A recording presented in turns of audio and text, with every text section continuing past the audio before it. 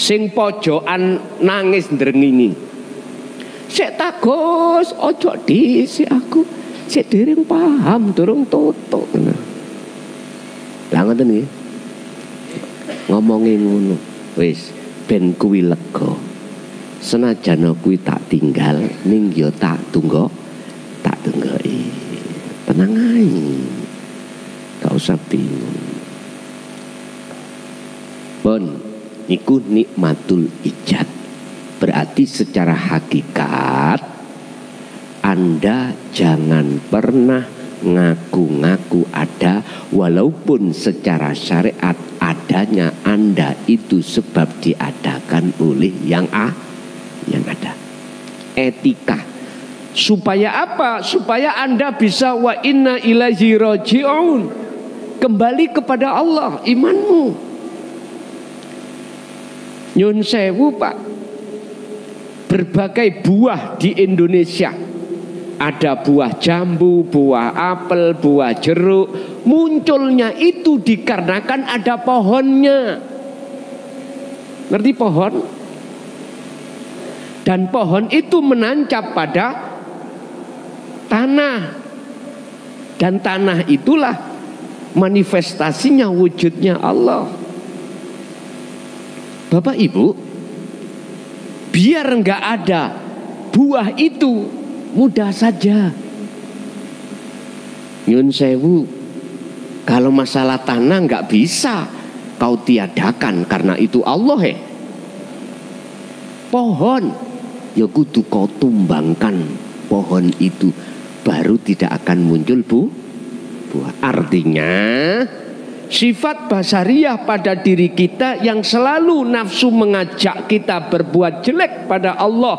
Inna nafsa la amaratum bisu, untuk berbuat jahat pada Allah dengan bentuk jenengan itu ngaku-ngaku biar gak muncul. Yo tebangen basariyah itu, pohon keakuanmu hilangkan.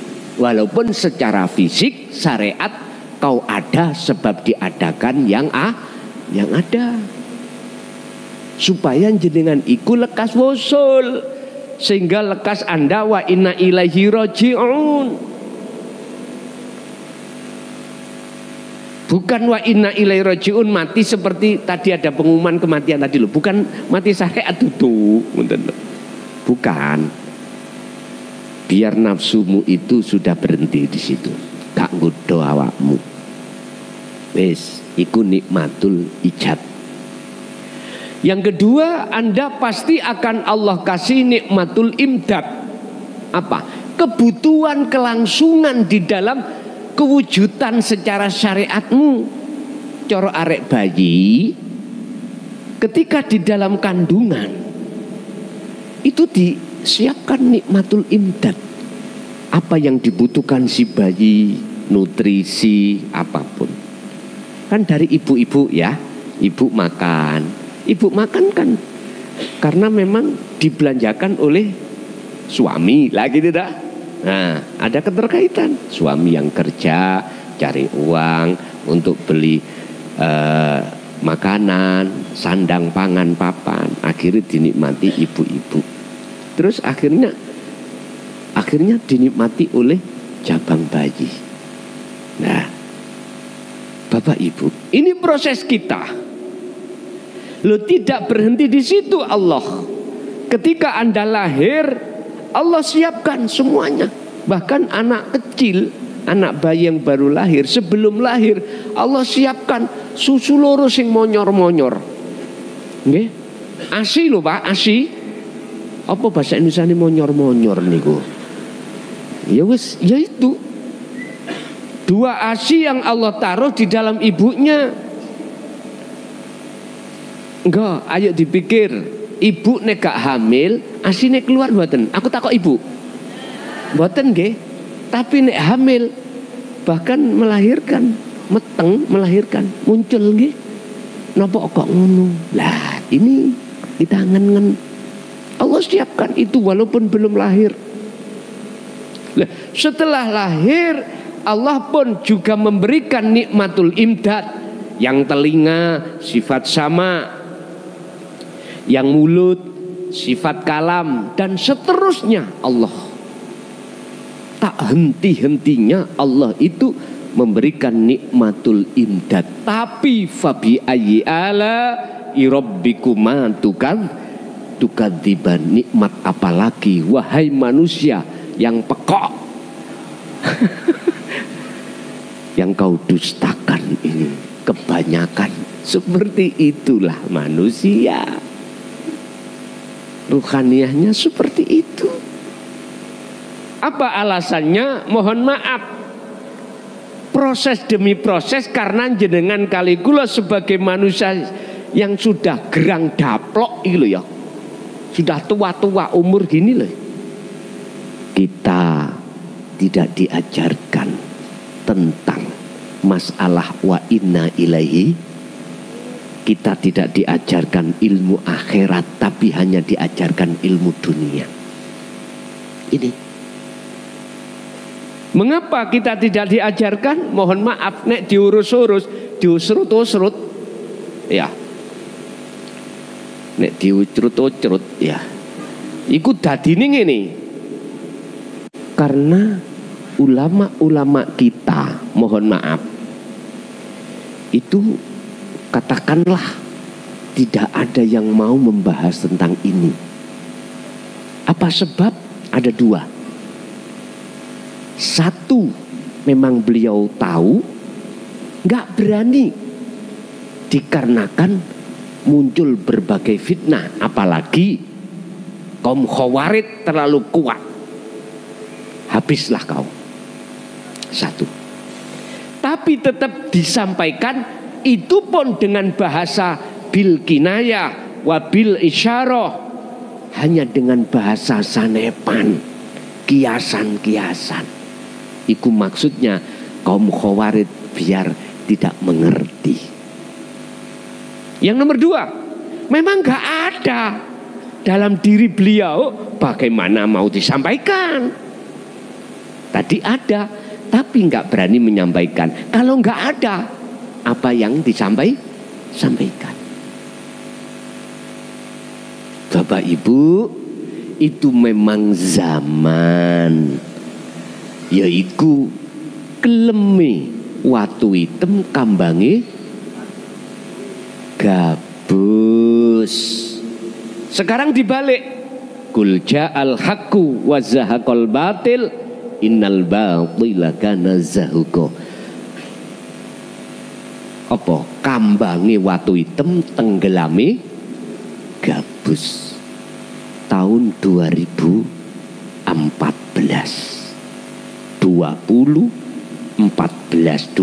surat Toha 14 itu ayati bukaan. Ya iki tauhid ana harus dijabarkan di tengah umum. Urusan protes gak protes tergantung awakmu. Sebab ayatnya sudah Allah berikan, tidak hanya surat Toha, ada ayat lain tentang fafirru ilallah, lekas larilah ruhaniyahmu, imanmu kembali kepada Allah. Ini disampaikan dan diserukan. Ini sudah turun. Ayat ini sudah turun. Inni lakum minhu nadhirum mubin. Aku mah cuek aja. Urusan kau tolak atau enggak itu bukan urusanku. Sebab bagi saya hanyalah memberikan nasihat dan peringatan yang jelas. Bukan hakku untuk dirimu mengikuti aku. Ndak. Anggitmu aku tambah seneng rek. Umpama sing ngaji situk loro sawanang wis gak katik nggawa mik, gak katik apa, bisik-bisik pawenak. Ngene iki masih ning medsos, harus disutir kalimatnya, terus mutunya harus disutir, jangan sampai ada terkesan melanggar undang-undang IT. Lah ngoten nggih. Wis. Nek umpama terjadi ya mohon maaf lah, karena memang ya wong jenenge sing ngomong wong gendeng ya dos pundi meleh ngoten.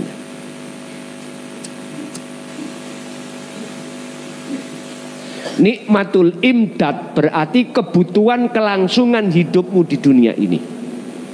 Itu Allah kasihkan. Cara orang lapar ya makan, cara orang haus ya minum. Dibukalah lapangan pekerjaan oleh Allah sehingga Anda dengan mudah mendapatkan nikmatul imdad, uang karena kerja dan lain sebagainya. Di rumah anak, istri udah tercukupi semuanya. Nikmatul imdad. Tapi satu hal yang di dalam kitab ini tidak disebutkan secara terang-terangan terkait masalah nikmatul imdad firruhi, di dalam masalah ruh. Mengapa demikian? Ya dikongkon golek dhewe supaya biriyadati wal azkar, Anda itu purun mau untuk bertafakur. Apa nikmatul imdad firruhiyah? Ing dalam masalah ruhaniyah ar-rahim. Kalau tadi nikmatul imdad ing dalam jasmaniyah ar-rahman, dan ini diberikan oleh seluruh makhluk ar-rahman. Tapi ar-rahim, nikmatul imdad dalam urusan ruhaniyah, itulah pengajaran-pengajaran tentang dinut tauhid. Itulah ilmu akhirat. Udah digelar mulai tahun 2014 dengan terang-terangan, baik tidak hanya secara umum majelis terbuka seperti ini, akan tetapi juga sudah merambah di medsos. Sampai lihat yang dulu nggak berani keluar tentang masalah ilmu sejati, keluar ilmu sejati. Dulu yang sebagai pengikut Syekh Siti Jenar nggak berani ngomong, sekarang berkoar-koar. Udah pun coro banjir ngono mak grodok begitu. Kapan lagi? Ada apa ini? Sampean harus tahu. Ada apa? Kok Gusti Allah setelah zaman Sayyidina Ali sampai 2014 ini dirahasiakan atau disembunyikan? 2014 sampai detik ini kok digelar terang-terang. Ada apa? Percaya gak percaya, suka atau tidak suka, wa ahlaknahum, Allah akan menghancurkan umat ini dengan cara Allah sendiri. Ayo, terserah jatuhnya di tahun berapa, urusan Allah. Urusan Allah, dan itu sebagai rahasia Allah. Kalau kita tidak mulai saat ini, kapan lagi? Gitu loh. Ini lakum nadhirum mubin. Hanya saya menyampaikan aja. Urusan suka gak suka, urusan percaya gak percaya, bukan urusan saya. Semua aku kembalikan pada umat. Baik umat Islam, Nasrani, Hindu, Buddha, Konghucu, umat apapun. Boleh Anda tidak percaya, boleh percaya. Tapi yang jelas wa ahlaknahum, bakal ngancurno sopo ingsun aku Allah hum ing semua manusia. Ya udah, tergantung kita mensikapi bagaimana. Itu dengan cara apa? Urusan Allah sendiri. Makanya kemarin 2019 itu sudah tanda yang namanya COVID, gitu, sudah tanda. Ada yang mengatakan itu rekayasa, kayak gitu ya, konspirasi. Memang Pak, mereka mengatakan itu karena dasar logis, tapi tidak melalui ruhaniyah. Tapi manakala melalui ruhaniyah, inilah Allah nyentil titik terus sebagai peringatan supaya Anda itu betul-betul lekas melakukan khalwat, tinggalkan selain Allah dan menuju Allah. Mungkin sampai ingat, mungkin saat Indonesia mungkin ono riyoyo jajane awet. Pernah terjadi ya satu kali. Hari raya ditutup semuanya pintu-pintu. Jangankan rumah, gang itu ditutupi semuanya. Lu kok tahu Gus aku kades ya bos. Ngene iki lho ya ono perintah to. Lah. Loh, di situ pernah satu kali kita terjadi. Jadi jajan kita di rumah nggak payu sudah. Tetangga satu dengan yang lain sudah nggak saling ketemu lewat WA. Di Subron sing akeh yo. Lah ngaten ta ya. Itu adalah Allah kasih ayat. Peka enggak manusia? Peka enggak? Loh itu rombongan Pak itu. Itu malaikat itu wis masalah mari rene merono mrene mencolot ngoten niku. Di sini dulu pernah satu hari itu ngubur 3 kali. Si Atung, si Betung, si Cetung, wis sing bosok iku kadesi. Ambek wak mudine. Itu kadesi ono ngarep dhewe. Wis intine mek ngeten. Kalah menang ya dijajal. Matek saiki, matek sesuk padha ae. Ketularan ya beh. Ya wis, ya apa jenenge kades kudu ono ngarep ya to. Wak mudine laris nika pun. Mari tahlilan kene mimpin kono wis duka amplope piro ya.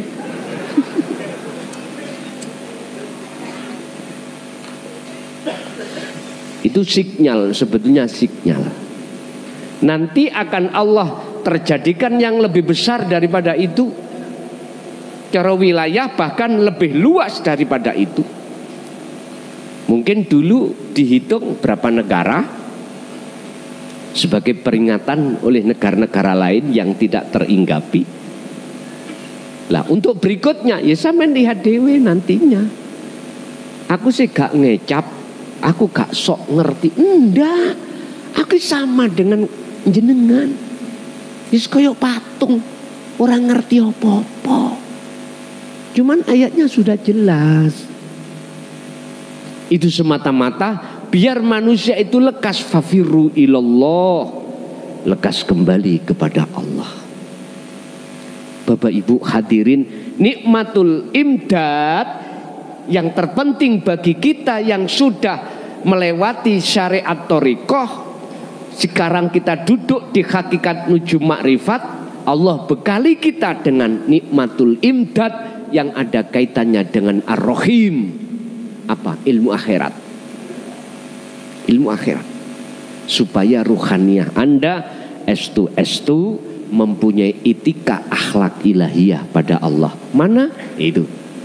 Ketika jenengan ini jasmani melakukan ibadah apapun, kok yo hati jenengan duduk wama ana minal musyrikin, disebabkan karena ini wajah tu wajiyah, wajah ruhmu menghadap wajah Allah. Inilah makrifat yang kusebut. Maka disitulah yang kumaksud Anda telah mempunyai akhlak ilahiyah pada Allah, etika. Ini Nabi Ibrahim. Jadi syirik dan tidaknya syirik, hatimu pada Allah tergantung hatimu itu menghadap pada siapa? Pada Allah yang sifatnya adalah yang menguasai, menciptakan samawati wal ard, jagat langit dan jagat bumi, jagat ruhaniyah dan jagat jasmaniyah. Ataukah Anda itu menghadapnya itu tidak terhadap Allahnya hidup yang menguasai, justru menghadap terhadap samawat wal ard? Itulah Pak, barometernya kita masih syirik atau tidak ada di situ. Tapi tidak bisa dibantah dan tidak bisa ditutup-tutupi. Siapapun kita, manakala nikmatul imdad di dalam jalur ar-rahim belum kita terima, mesti siapapun ketika beraktivitas apapun, ibadah jasmani iki mang murni atau tidak murni, mesti hati kita menghadap samawati wal ard. Itu pasti. Itu pasti. Ngomong enggak tak jejeli sentolop cangkemmu. Lho nggih, enggak bisa Pak. Memang begitu. Walaupun Anda punya apa? Ditokohkan sebagai tokoh agama atau tokoh negara, tetap nggak bisa, Pak. Hadis sampean tetap kali kula menghadap samawat wal ard, makhluk. Tapi kalau Anda sudah menerima Ar-Rahim, nikmatul imdad Allah di jalur hati ruhaniyah, maka Anda akan menetapkan atau meletakkan penghadapan wajah ruhmu itu terhadap wajah Allah. Ini kalau sudah duduk di sini, kalimatnya wama ana minal musyrikin, kau tidak syirik sudah. Kalau tidak, wamanya ini hilang, ma iki hilang. Boleh wa ana minal musyrikin, dan saya adalah masih tergolong terhadap golongan orang yang menyekutukan Allah. Wes, kuncinya ada di situ. Bapak Ibu hadirin jamaah rahimakumullah, sudah 1 jam. Nggih. Wes saiki kesimpulan pun walaupun Allah sudah menyiapkan 2 kenikmatan, biar ada etika rohaniah kita pada Allah supaya bisa kembali kepada Allah dengan benar. Coro mati husnul khotimah, letakkan penghadapan wajah ruhmu pada wajah hidup ini. Otomatis harus kau tempuh dengan pengasahan dzikir sirul asr. Kuncinya ada di situ. Oke? Barangkali ada yang ditanyakan, kami persilakan. Laki-laki dulu, disik wanita, sekarang laki-laki. Monggo.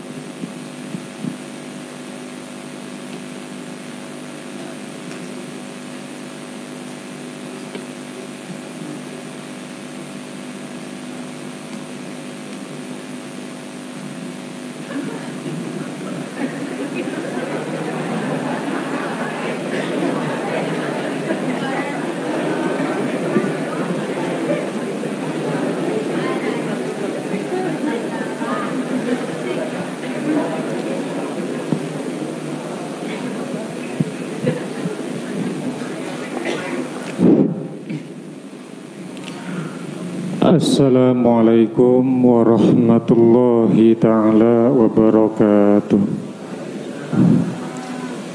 Mohon maaf Abah Yai, nama saya Anwar Sahadat dari Cikarang, Bekasi. Insya Allah saya akan tinggal di Pondok Jaya Baru untuk sementara ini. Sebenarnya ini bukan bentuk pertanyaan, tapi ini bentuk ungkapan rasa hati saya ketika hendak berangkat ke Pondok Jaya Baru. Izinkan Abah Yai saya membacakan syair ini. Bismillahirrahmanirrahim. Syair cinta untukmu Tuhan. Di tengah heningnya jiwa, di mana rasa rindu sudah tak tertahan, yang selalu ingin bertemu kepadamu Tuhan, yang selalu ingin berjumpa kepadamu Tuhan. Ku gambarkan rasa rinduku dengan menjumpai kekasihmu Tuhan, dengan harapan diriku beserta jiwaku agar dapat berjumpa kepadamu Tuhan. Ku gambarkan rasa rinduku dengan meninggalkan orang-orang yang aku cintai, demi menjumpai orang yang selalu dekat terhadapmu Tuhan. La ilaha illallah Muhammadur Rasulullah. La ilaha illallah Muhammadur Rasulullah. Sedangkan aku sadar dimanapun diriku bisa saja bertemu, bisa saja berjumpa kepada dirimu, wahai Tuhan. Tetapi kenapa pertemuan itu tidak pernah terjadi kepada diriku? Ataukah diriku yang tidak pernah menyadari bahwa sesungguhnya diriku dan dirimu selalu berjumpa di setiap waktu, sedangkan diriku masih selalu rindu dengan perwujudan dirimu, sedangkan perwujudan dirimu adalah diriku, dan perwujudan diriku wujud adanya dirimu. La ilaha illa anta subhanaka inni kuntu minaz zalimin. Diriku dan dirimu adalah satu. Wassalamualaikum warahmatullahi wabarakatuh.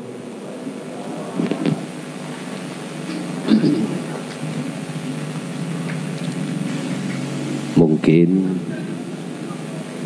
kalau boleh kami untuk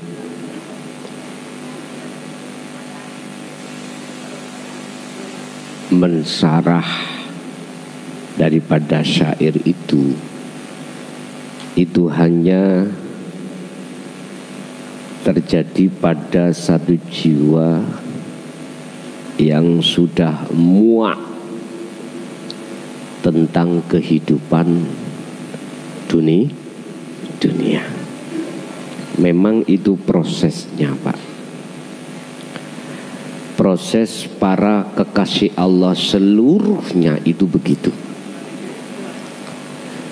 Dia sudah muak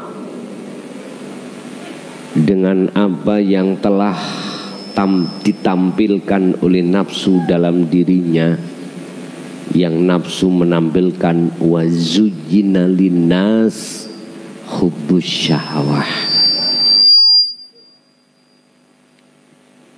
Dia akan mempoles kenikmatan kehidupan dunia seakan-akan semata-mata itu kekal selamanya. Dia mengarahkan hatimu untuk mengatakan bahwasanya ini sesuatu yang paling penting dicapai, sampai mengeluarkan satu makalah, man arodat dunya fa'alaihi biilmin. Barang siapa yang ingin sukses kehidupan dunianya harus memakai ilmu. Bahkan ada yang di luar nalar untuk mencari kenikmatan dunia itu selekas mungkin dengan jalur pesugihan. Ada toh? Ada. Allah ya Karim, kita ketipu dengan nafsu kita sendiri. Padahal Allah sudah mengingatkan kita, wal akhiratu khairu wa abqa. Kenikmatan kehidupan ukhrawiyah, ruhaniyahmu itu yang kekal. Maka jangan heran dulu sebelum tahun 2014 ketika beliau ingin mengejar sampai kepada makrifat, rela tinggalkan anak dan istri, rela tinggalkan semua status. Sedikit sejarah kita petik dari beliau Muhammad bin Muhammad ibnu Ahmad Al-Ghazali. di dalam kitab Bidayatul Hidayah. Saat itu beliau mempunyai satu pangkat kehormatan sebagai rektor Universitas Kairo, Mesir. Dia tinggalkan status itu, fasilitas yang beliau terima, tinggalkan semua, anak dan istri tinggalkan semuanya. Hanya satu dia berjalan, yang menyusuri jalan yang tidak ada ujungnya sambil membawa karung. Karung bahasa Indonesia ini apa? Baku. Ya, sak ngono ya. Ya. Di tengah perjalanan itulah beliau menyimpan beberapa mushaf, kejadian-kejadian, ayat-ayat yang bersifatkan Al-Quranul Qadim. Beliau tulis, dia masukkan di dalam karung.